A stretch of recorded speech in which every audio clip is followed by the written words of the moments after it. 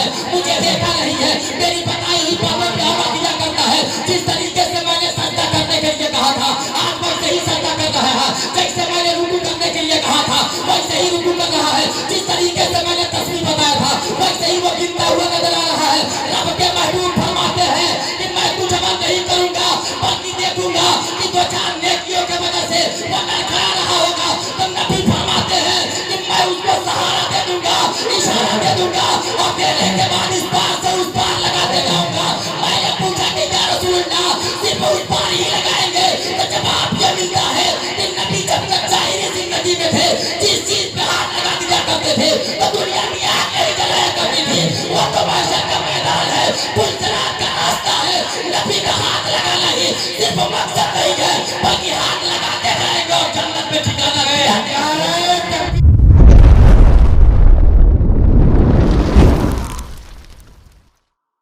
महीना कभी अपने घर में बैठ के नाते नबी नहीं पढ़ा करता है। आखिर एक आशिक़े रसूल ही है। जब भी इस महीने का चाँद देखता है, तो देखने के बाद गली को सजा दिया जाता है, देखने के बाद मस्जिद को सजा दी जाती है, देखने के बाद मदरसा सजाया जाता है, चौराहे को सजा दिया जाता है, रोशनी लगा दी जाती है। अपने घरों को ये मोमिन सजाता है। मैंने पूछा कि मौलाना फजल हक है, मौलाना सद्दाम, 11 महीना आपने अपने घरों पे झंडा क्यों नहीं लगाया है? अपने घर को क्यों नहीं सजाया है? आखिर आप अपने मोहल्ले को क्यों नहीं सजाया है? तो जवाब सुनो नासिर हुसैन निज़ामी का। गोया एक मर्द मोमिन है जिसके सीने में मोहब्बत उसके बाप की बाग में है, मोहब्बत उसकी माँ की बाग में है। अगर सबसे पहले उसके सीने में मोहब्बत है, तो बाप की मोहब्बत बाग में है, माँ की मोहब्बत बाग में है। अगर सबसे पहले मोहब्बत है, तो रसूल पाक। नारे तकबीर, नारे रिसालत, नारे रिसालत, मौलाना नासिर हुसैन साहब किबला जिंदाबाद। जब मैं हमें मास्टर साहब के घर के मतलब जी माशाअल्लाह घर के उधर से थे, तो मैंने देखा हो कि लोग झंडी लगाए हुए हैं, रोड पे लगाए थे। हाँ, वो रोड पे लगाए थे। जब रहा वो ये महाराजगंज है, पढ़े लिखे लोगों का ये इलाका है। हाँ, हकीकत ये दिली बात में बता रहा हूँ कि बहुत सारे उलमा और अइम्मे मसाजिद या बहुत सारे दारुल उलूम यहाँ चला करते हैं। जैसे बड़े भाई अल्लामा फजल हक साहब किबला है। लेकिन सुने, आखिर इस रोड को सजाने की जरूरत क्या? इन्होंने मुझे इशारा किया, वहीं पे चल रहा हूँ। इधर से एक और इशारा हुआ था, लेकिन उस कबीले का एक शेर और पढ़ूं, उस कबीले का एक शेर और पढ़ूं। मोहब्बत से बोले या रसूलल्लाह, और प्यार से बोले या रसूलल्लाह। कि हादिसे नहीं होंगे, देख लेना रास्ते में, हादिसे नहीं होंगे, कि हादिसे नहीं होंगे।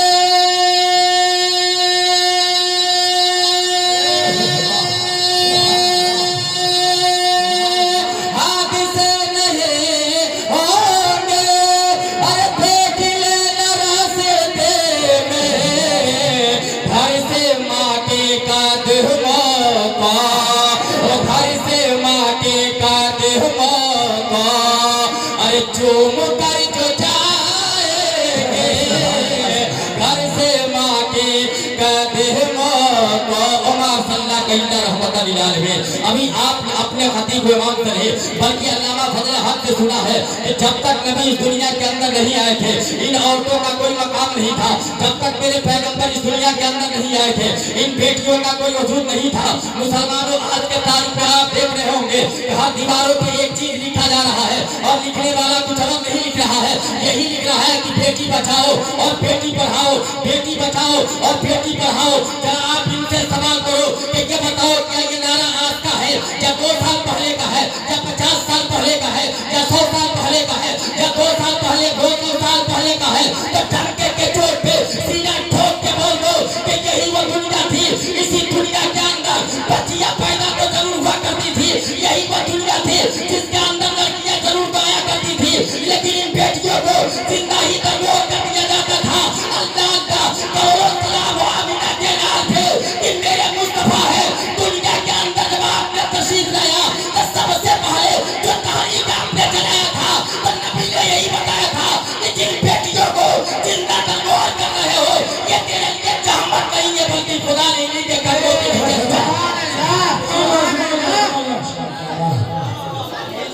के लिए उन्नत लाख के बता दिए। सुभान अल्लाह। इन्हीं के कदमों के नीचे, लेकिन इनका हाल देखिए, जलसे में जाएंगे तो खाली बात, जलसे में जाएंगी तो खाली बात करेंगी, शादी में जाएंगी तो लड़के को सजाएंगी, लेकिन नबी के नाम पे कलमा पढ़ के नहीं सजाएंगे। पता नहीं किसके नाम से ये पढ़ लिया आता है। तो आप जलसे में आई हो, कुछ यहाँ से पैगाम लेके जाना। ये तेरा भाई तेरे लिए पैगाम लेके जाएगा, ये मेरा वादा। मेरे साथ अक्सर प्रोग्राम मौलाना सद्दाम साहब किया करते हैं। मैं अपने आप को खुशनसीब समझता हूँ कि ये जितने उलमा बैठे हैं, ये पहली बार इन लोगों से मुलाकात हो। अल्लाह चल के बोल दे या रसूल अल्लाह, प्यार से बोलिए या रसूल अल्लाह। सिर्फ बात मेरी सुनते जाइए और अपने जहन पे उसे नोट करते जाइए, दिल के तख्ती पे नोट करते जाइए। एक चीज बताओ, कुर्बान जाओ, मेरे मुस्तफा दुनिया के अंदर तशरीफ ला रहे हैं, मेरे पैगंबर दुनिया के अंदर तशरीफ ला रहे हैं, लेकिन देख तो लिया जाए, आखिर आप झंडी लगा रहे हो क्या? मौलाना फजल हक साहब ने कहा था झंडी लगाने के लिए, क्या आपके इमाम ने कहा था झंडी लगाने के लिए? अगर कहा भी होगा तो अपने बाप के नाम पे नहीं, रसूल पाक के नाम पे कहा होगा। अगर ये झंडी आप लगाया करते हो तो क्या अपने मर्जी से लगाते हो? तो दीवाना इश्क में झूम के बोल दिया करता है, दीवाना अल्लाह अल्लाह प्यार की बोली बोलता है कि ये महीना किसी और का नहीं, मदीने वाले आका का महीना है। इसी महीने में मेरे पैगंबर तशरीफ लाए थे। जरा देखते हुए चलो, आखिर ये झंडी आप लगाते हो क्या? ये झंडी लगाना इनके कहने पे लगाते हो? आखिर इसकी शुरुआत किसने किया था? तो वही मेरे पैगंबर है। आओ, जब दुनिया के अंदर आ रहे हैं, अभी आपने सुना है कि आपके घर में जब बेटा और बेटी पैदा हुआ करती है तो आप अपने एतबार से खुशी मनाया करते हो, लेकिन एक मुसलमानों, आपने सुना होगा मेरे नबी है, अपने माँ के शिकवे मुबारका में है, और 3 महीने के बाद अल्लाह अल्लाह उनके बाप का साया उनके सर से उठ जा रहा है, उनके वालिद का साया उनके सर से उठ जा रहा है। सुनो तो सही, अल्लाहू अकबर। मेरे पैगंबर दुनिया के अंदर आना चाहते हैं, मेरे नबी दुनिया के अंदर तशरीफ लाना चाहते हैं। कुर्बान जाओ, रात की तारीकी है और रात के तारीकी में हजरत आमिना ने कहा था हजरत सूफिया से, सूफिया सुन लो, मेरे पेट में दर्द हो रहा है, तुम मक्के के गलियों में चली जाओ और जाने के बाद गाड़ियों को बुला के लेके आओ। ऐ मुसलमानों, देखो तो सही, जैसे ही सूफिया जाती है और जाने के बाद हम दरवाजे पे गई, कहा आमिना के घर के अंदर चलो, इसलिए कि बेटा जन्म लेना चाहता है, बच्चा जन्म लेना चाहता है। सब दाइयों ने यही कहा था, हम उनके दरवाजे पे कैसे चले जाएं जिनके सर से जिसके बाप का साया उठ चुका हो? हम अगर मेहनत किया करते हैं तो नजराने के दम पे किया करते हैं, पैसे के लिए किया करते हैं। और अब्दुल्लाह के आंगन में, आमिना के घर में जो बच्चा आ रहा है उसका बाप ही नहीं है, तो हमें नजराना ही कहाँ?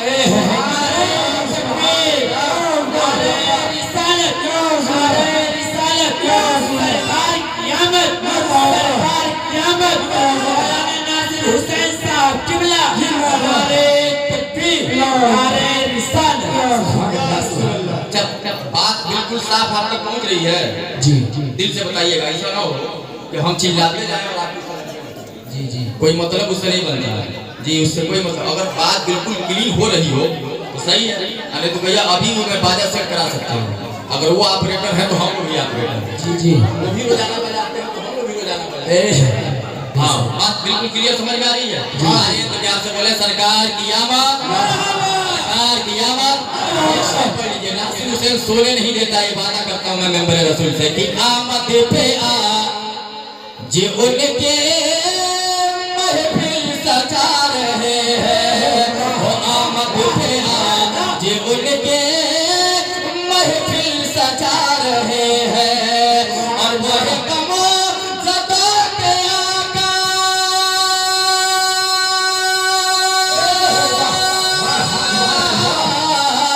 वह कमो ज़दा के आका, अरे तशरीफ ला रहे हैं।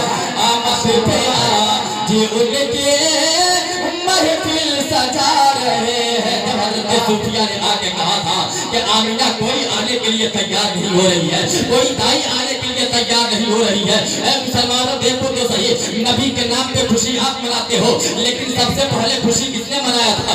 आपने अपने खतीब व इमाम से सुन लिया होगा, वही फरिश्ते हैं खुदा की बारगाह में अरीज़ा पेश करते हैं, ऐ परवरदिगार आलम, तेरा महबूब दुनिया के अंदर जा रहा है, तेरा महबूब दुनिया के अंदर जा रहा है, और कोई भी दाई उनके दरवाजे तक जाना पसंद नहीं कर रही है। अब जुमला नोट करो, आप तक पहुंच रहा है। तब रब्बे कायनात ने कहा था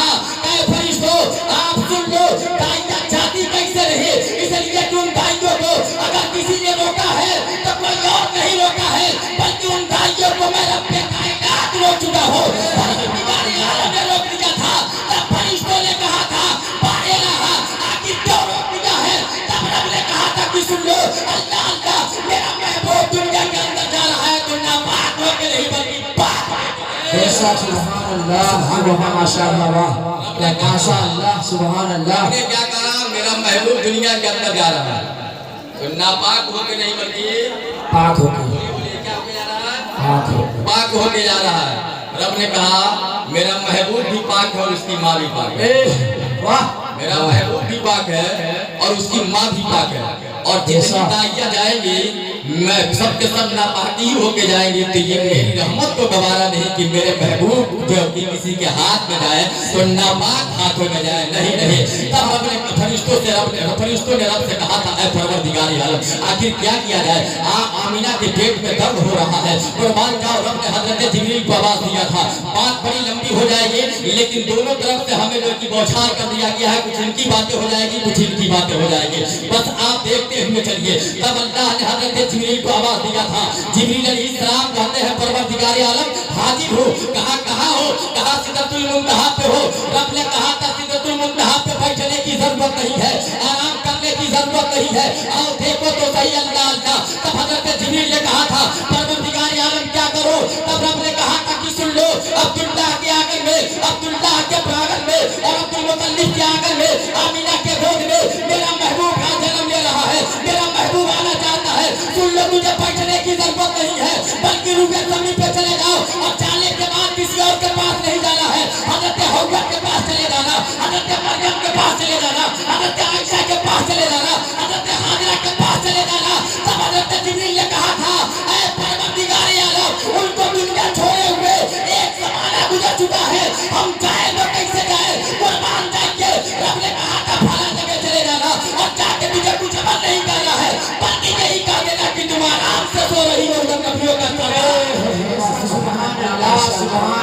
आराम से सो रहे। अच्छा ये काम खाली खानदान वाले लोग करेंगे का, कुछ आपकी भी जिम्मेदारी बनती है। ये रिश्ते मोहब्बत कुछ इस तरह निभेगी, कुछ हम कदम बढ़ाए कुछ आप कदम बढ़ाए, मोहब्बत किया है तो ठीक नहीं है। क्या कहा, तुम चले जाओ जिम्मेदारी पे। सुने पैसे की लालच नहीं, पैसे की कोई बात नहीं, इसलिए बोल देता हूँ ताकि आप थोड़े देर के लिए मुस्कुरा लीजिए। मुस्कुराना किसी के बाप की सुन्नत नहीं, रसूल हजरत जिब्रील ने कहा परवरदिगार आलम चला तो जाऊंगा, नक्शा बताना भी तेरा काम है। और हजरत जिब्रील को क्या पता नहीं है, जिसने दोनों जहां उलट पलट के देखा हो उनको क्या पता नहीं है कि कौन कहाँ है, सब पता है। लेकिन रब ने नक्शा बता दिया और बताने के बाद जैसे ही आप हजरत हव्वा रज़ियल्लाहु तआला अन्हा के कब्र पे आते हैं, कहा कि आप सो रही हैं, आपके जवाब दी थी कि मैं करूं तो क्या करूं, कहा खड़ी हो जाओ इसलिए कि आज तुझे आमीना की बारगाह में चलना है, आमीना के आंगन में चलना है। इसलिए कहा नबियों का सरदार आ रहा है, सुभान अल्लाह। हजरत हव्वा भी खड़ी हो जाती है। तब एक मर्तबा अल्लाह अल्लाह आलिम तसव्वुर में हजरत जिब्रील से मैंने सवाल किया था कि जिब्रील ये बताओ आपकी बोली के अंदर ये दम है कि आप कह दे रहे हैं तो नबियों की माँ है कब्र छोड़ के खड़ी हो जा रही है। तो जवाब ये मिला था कि आवाज देना जिब्रील का काम है और जिंदा करना रब्बे कायनात का काम है। ऐ जिब्रील तुम आवाज लगाते जाना, रब जिंदा करता चला जाएगा। देखो तो सही, अगर हम खुशी मनाते हैं तो ये कोई कमाल की बात नहीं है। अरे नबी के आमद के सदके में, नबी पैदाइश के वक्त में कुर्बान जाओ, गायों का इंतजाम अगर कोई कर रहा है तो परवरदिगार आलम कर रहा है। और अगर गायियां भी आ रही है तो आम औरतें नहीं बल्कि नबियों की माँ है। नारे तकबीर, नारे रिसालत, नारे रिसालत, सरकार क़यामत, सरकार क़यामत, सरकार क़यामत, सरकार क़यामत, नारे तकबीर, नारे रिसालत। हिंदुस्तान का एक बहुत बड़ा फतेह जो झारखंड से चल के आपके वहाँ आया, मुझे उनका भी ख्याल करना, लेकिन जितना देर सुनेंगे नासिर सुना के जाएंगे बेशक, चाहे कल के लिए फिर दवा वाह। कल गोरखपुर के लिए जाना है, लेकिन वो नहीं, बड़ी मोहब्बत वाले लोग मिले हैं, सुभान अल्लाह, बड़ी दिलदार लोग हैं। अभी आप नारा सुन रहे थे कि दिलदार की आमद, सब लोग कह रहे थे कि मरहबा, सरकार की आमद मरहबा। अच्छा एक चीज बताइए, दिलदार के माने क्या?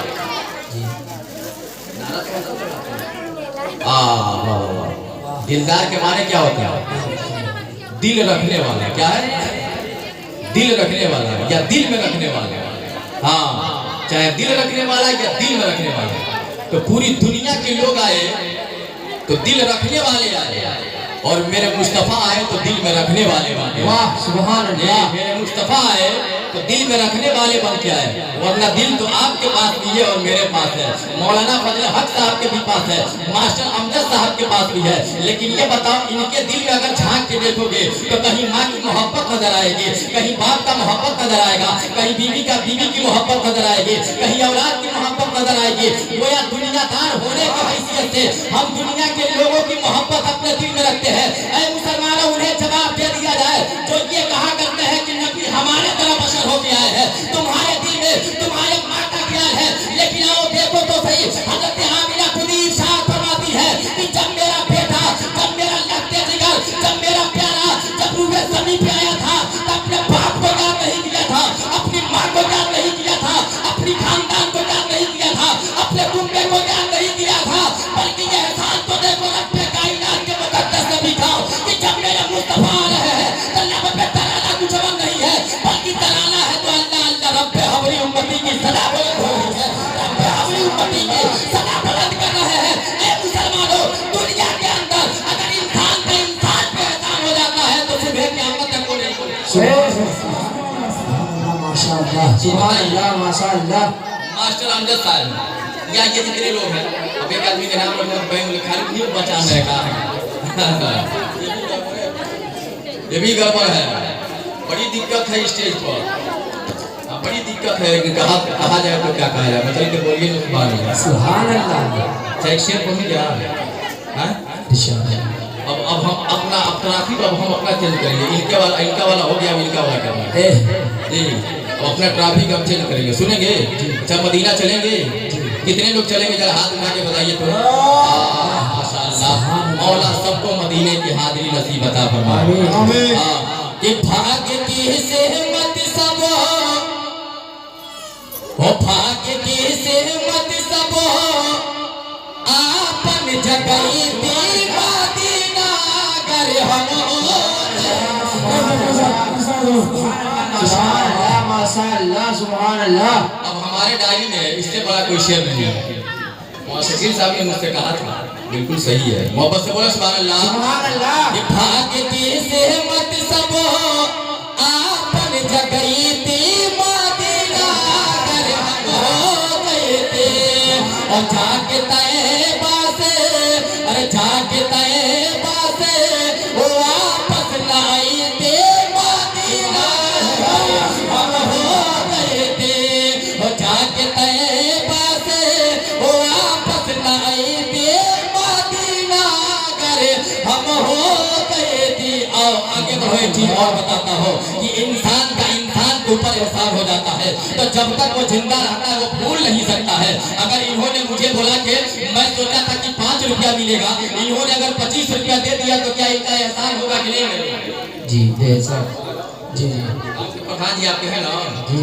अगर आपने नोट नहीं दिया हो, अगर वो बेचारे आपका आवास बनवा दे तो उनका एहसान आपके ऊपर हो जाएगा ना? जी जी हो जाएगा ना? जी जी। हम वोट भी नहीं दिए, वो बेचारा हमारा मकान बनवा दिया तो हम उसका तो एहसान मेरे ऊपर हो गया, भले से अपने जेब से नहीं दिया तो क्या है जी, लेकिन उसका एहसान हो गया ना। जब तक आप जिंदा रहेंगे, हम जिंदा रहेंगे तो उसका एहसान अपने कांधे पे लेकर ढोएंगे, उसका एहसान अपने कांधे पे लेके ढोएंगे। जिस चौराहे पे जाएंगे कहेंगे फला शख्स का एहसान है कि उसके वजह से मेरा घर बन गया है, फला का एहसान है कि उसके वजह से मेरा ये काम हो गया है, फला का एहसान है कि उसके वजह से ये मेरा बिगड़ा हुआ काम बन गया है। लेकिन ऐ मुसलमानों देखो तो सही, नबी ये कौनैन का कितना बड़ा एहसान तेरे ऊपर है, नबी का एहसान कितना बड़ा मेरे ऊपर है, नबी का एहसान कितना आपके ऊपर है। चाहे वो बेटी हो उसके ऊपर भी एहसान है, चाहे वो बेटा हो उसके ऊपर भी एहसान हो, चाहे वो अमीर है उसके ऊपर भी एहसान है, चाहे वो गरीब है उसके ऊपर भी एहसान है। ऐ मुसलमानों, आपका बेटा पैदा होता है तो बाप की आवाज नहीं लगाता, कहाँ कहाँ की आवाज लगाता है।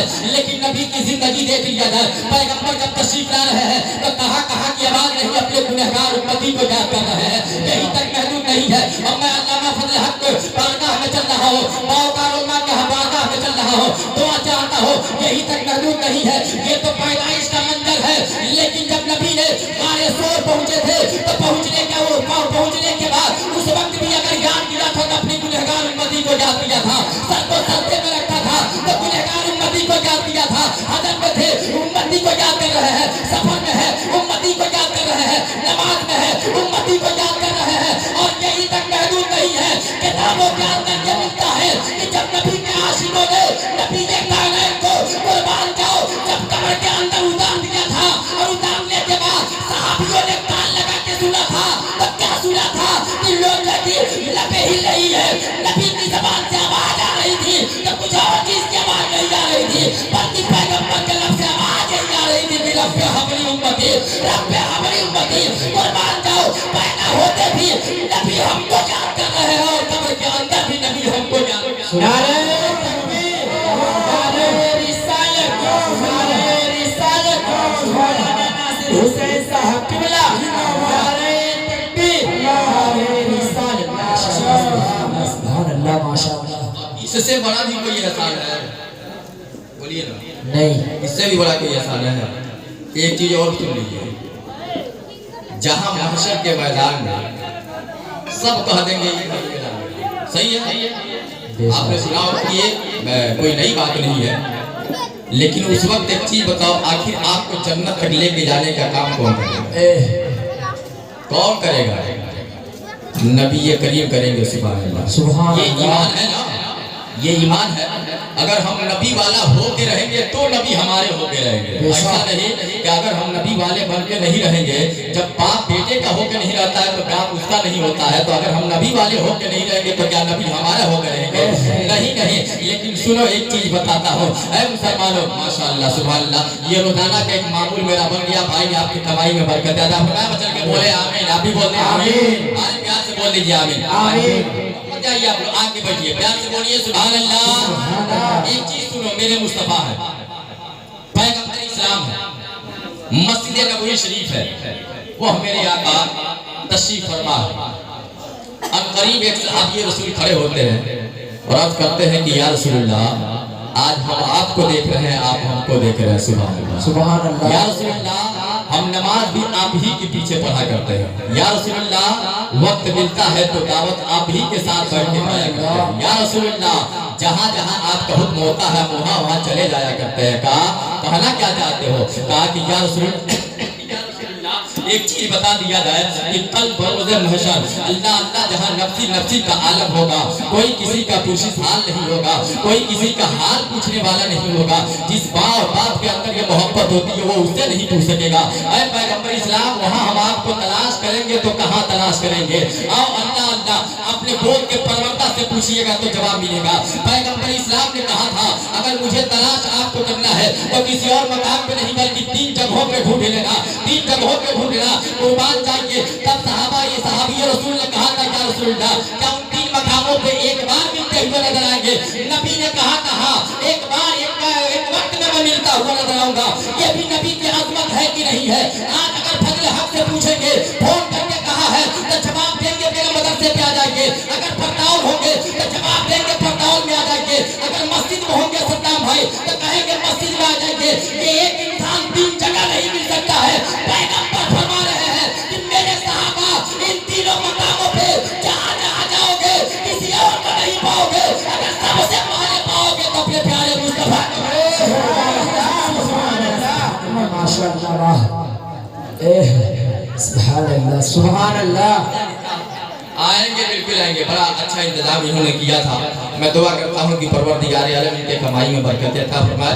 तमाम आलिमों को खाने का इंतजाम उन्होंने किया। उसकी वजह एक उसमें से ज़्यादा समझ लीजिए। हाँ, मैं वो नहीं सोचता कि वक्त ज़ाया किया जाए, कोई मतलब नहीं बनता। आपने मुझे बुलाया सुनने के लिए और आप आए हैं सुनने के लिए, सुभान अल्लाह। तो मैं सुनाऊँ और आप सुनो। उसमें से सिर्फ एक बात सुनिए। साहबा ने कहा था, या रसूलल्लाह, वो 3 मकाम कौन है? नबी फरमाते हैं कि पहला पुलसरात है, दूसरा क्या है तो मीज़ान अमल है, तीसरा क्या है तो हौज़ कौसर है। जरा देखो तो सही, मेरे मुस्तफा ने कहा था ये 3 मकाम है। ऐ मुसलमानों आवालो, आपने सुना भी होगा कि महशर के मैदान में लोग अपनी ही गर्मी में, अपनी ही पसीने में शराबोर होंगे। कोई घुटनों तक, कोई टुकड़ों तक, कोई नाक तक, कोई सीने तक। अल्लाहू अकबर कबीरा।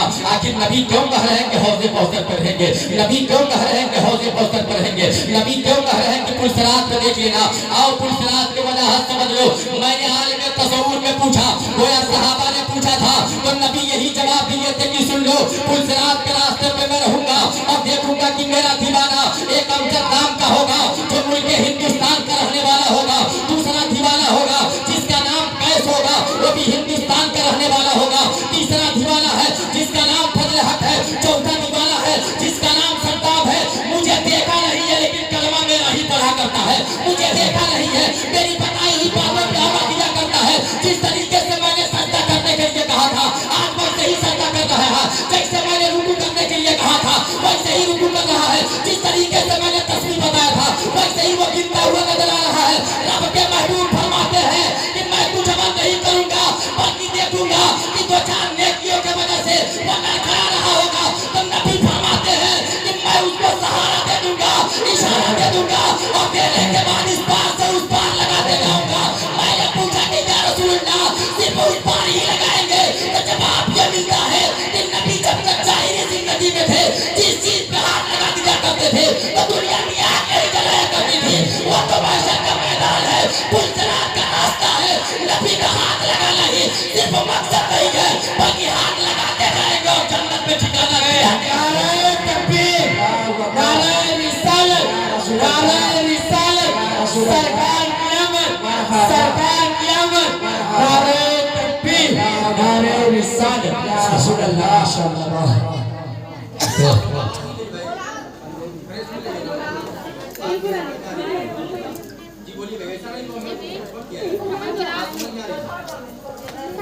आप आगे से आपको शूटिंग कराइए कर दो भाई। मोहब्बत से बोलिए सुभान अल्लाह, सुभान अल्लाह, और प्यार से बोलिए सुभान अल्लाह। कि सबके बिगेड़ी बनई है।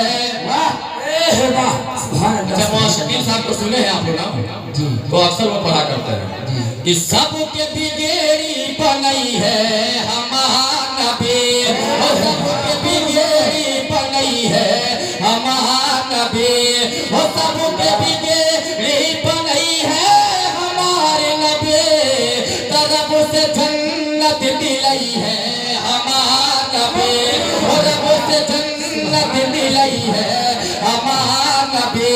और पुलिस रात के रहिया कठिन हो ही जाए, पुलिस रात के रहिया अरे कठिन हो ही जाए, तो सबके पार लगई है हमारा नबी, और सबके पार लगई है हमारा नबी। रात ये तो नबी की पैदाइश अभी तक आप मुझसे सुन रहे थे, अब आपके साथ ये खतीब इमाम है, मैं इनकी बात की तरफ चल रहा हूँ। यकीन जान लो मेरे मुस्तफा की अजमत क्या है, मेरे मुस्तफा की शान क्या है, मेरे मुस्तफा की पावर क्या है। इस चीज की तरफ सिर्फ एक बात सुन लो, इससे अंदाजा लग जाएगा। अल्लाह अल्लाह अल्लाह हजरत अली की जाते ग्रामी है, और किसी मैदान के वक्त में किसी जंग के वक्त में अल्लाह अल्लाह हजरत अली नबी की बारगाह में हाजिर होते हैं और हाजिर होकर अर्ज करते हैं कि या रसूलुल्लाह पानी खत्म हो चुका है, या रसूलुल्लाह ऊंट और घोड़े प्यास से जो की तरफ रहे हैं, यहाँ तक कि हमारा भी गला खुश्क हो चुका है, तमाम सहाबा का गला खुश्क हो चुका है। तब नबी ने कहा था बताओ कहना क्या चाहते हो? मेरे मुस्तफा इरशाद फरमाते हैं, मेरे मुस्तफा ने कहा था बता क्या कहना चाहते हो? तो जवाब सुनिए, हजरत अली ने कहा था कि या रसूलुल्लाह कहीं से पानी का इंतजाम। सुभान अल्लाह, सुभान अल्लाह। आप यही बैठिए, आप बड़ी खूबसूरत लग रहे हैं माशाल्लाह, बार बार आप ही को देख रहे हैं। आप देखें सुभान अल्लाह। हाँ भाई, नबी के आशिक से भी खूबसूरत कोई होता है। सुन्नी को अगर कोयले के खदान में ले जाके डालिए, सुन्नी को अगर कोयले के खदान में ले जाके डालिए, उसमें से भी वो निकलेगा तो उसका चेहरा मुस्कुराएगा। हाँ, हम सच्चे आशिक रसूल है, हम तो टनाटन सुन्नी है। अभी तो आला हजरत ने ये लिख दिया था, लोगों को जब चिढ़ पैदा हो गई कि यार ये तो खड़ा होकर कहते हैं या नबी सलाम अलैका, अब इसमें ना 10 पे सलाम है, ना 20 पे सलाम है, ना 50 पे सलाम है, ना 100 पे सलाम है, ना 200 पे सलाम है। आला हजरत ने कहा इस तरीके से चिढ़ रहे हो, एक नबी का आशिक खड़ा होकर सिर्फ या नबी सलाम अलैका पढ़ दिया तो तुम इस पे चिढ़ पैदा कर दिए हो। तब कलम आपने उठाया और उठाने के बाद कुछ और नहीं कहा कि सुन अब तेरे खेमे में जलजला आला हजरत पैदा करेगा, अहमद रजा पैदा करेगा। आला हजरत ने कलम को उठाया है और उठाने के बाद लिखना शुरू किया है, तो वो लिखते जा रहे हैं कि मुस्तफा जाने रहमत पे लाखों सलाम,